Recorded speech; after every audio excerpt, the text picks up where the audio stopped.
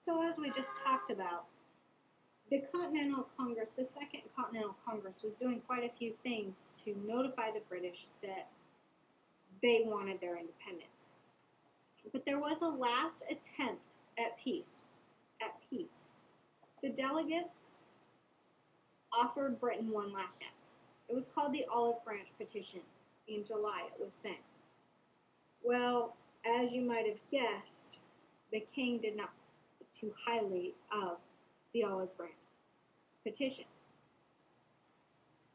So, while this diplomatic stuff is occurring, George Washington is in charge of creating the Continental Army.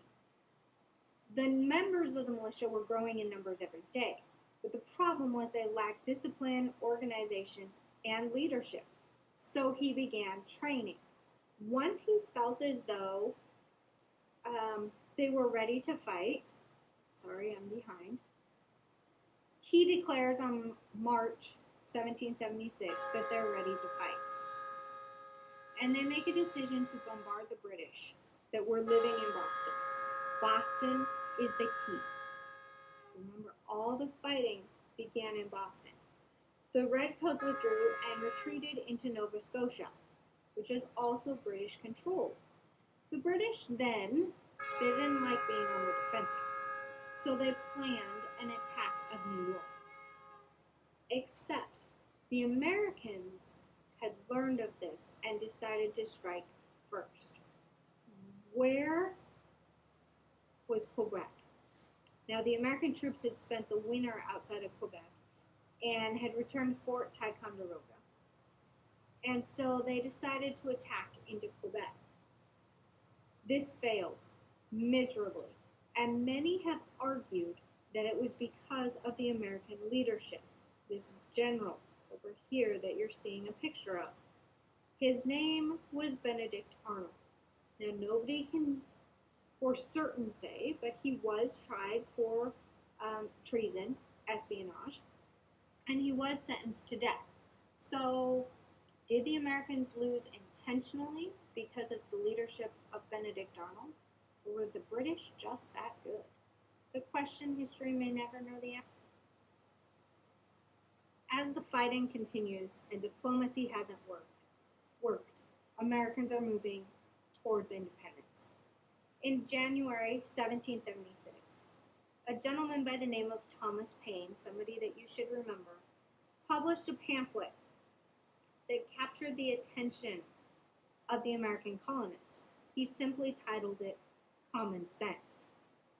In this pamphlet, he called for complete independence from Britain and said, quite frankly, it was simply common sense to stop following the royal brute, King George III. This was, I'm not going to say the first time, but it was documented, actually written down all across the colonies using that post office that they created. Common sense to break away. So, the question becomes, should the colonists remain loyal, or should they declare their independence? Well, a leader in the Second Continental Congress called Richard Henry Lee stated very simply that these united colonies are and of right ought to be free and independent states. He wanted independence. Well, the Second Continental Congress was not solving this problem that easily. They were debating about the issue, but they did make a decision to choose a committee that would draft an official Declaration of Independence. If that's the way that Congress voted and the people voted, then the document would already be prepared. Thomas Jefferson was the man selected to write this document. Thomas Jefferson is well known for being a president, but his real skill was in writing, and he was excellent at communicating through his words on paper. In a debate, not so much, but on paper. So that's why he was selected.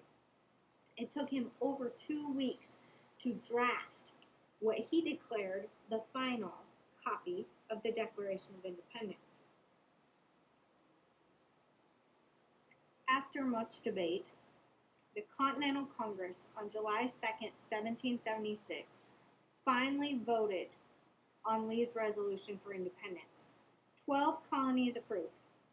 Now, New York did not vote in this, but later announced its support, so it was really a unanimous decision. After making some changes to Jefferson's Declaration of Independence, they approved the document on July 4th, 1776.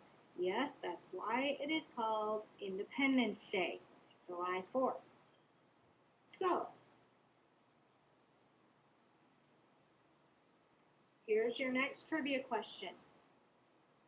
Who was the first person to sign the Declaration of Independence? And it is not fair if you look on the internet or at the actual document. Curious if you know this.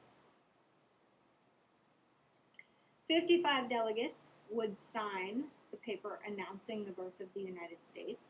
Copies went to the newly declared states as well as countries around the world. The statues of King George III were torn down, removed, broken into pieces.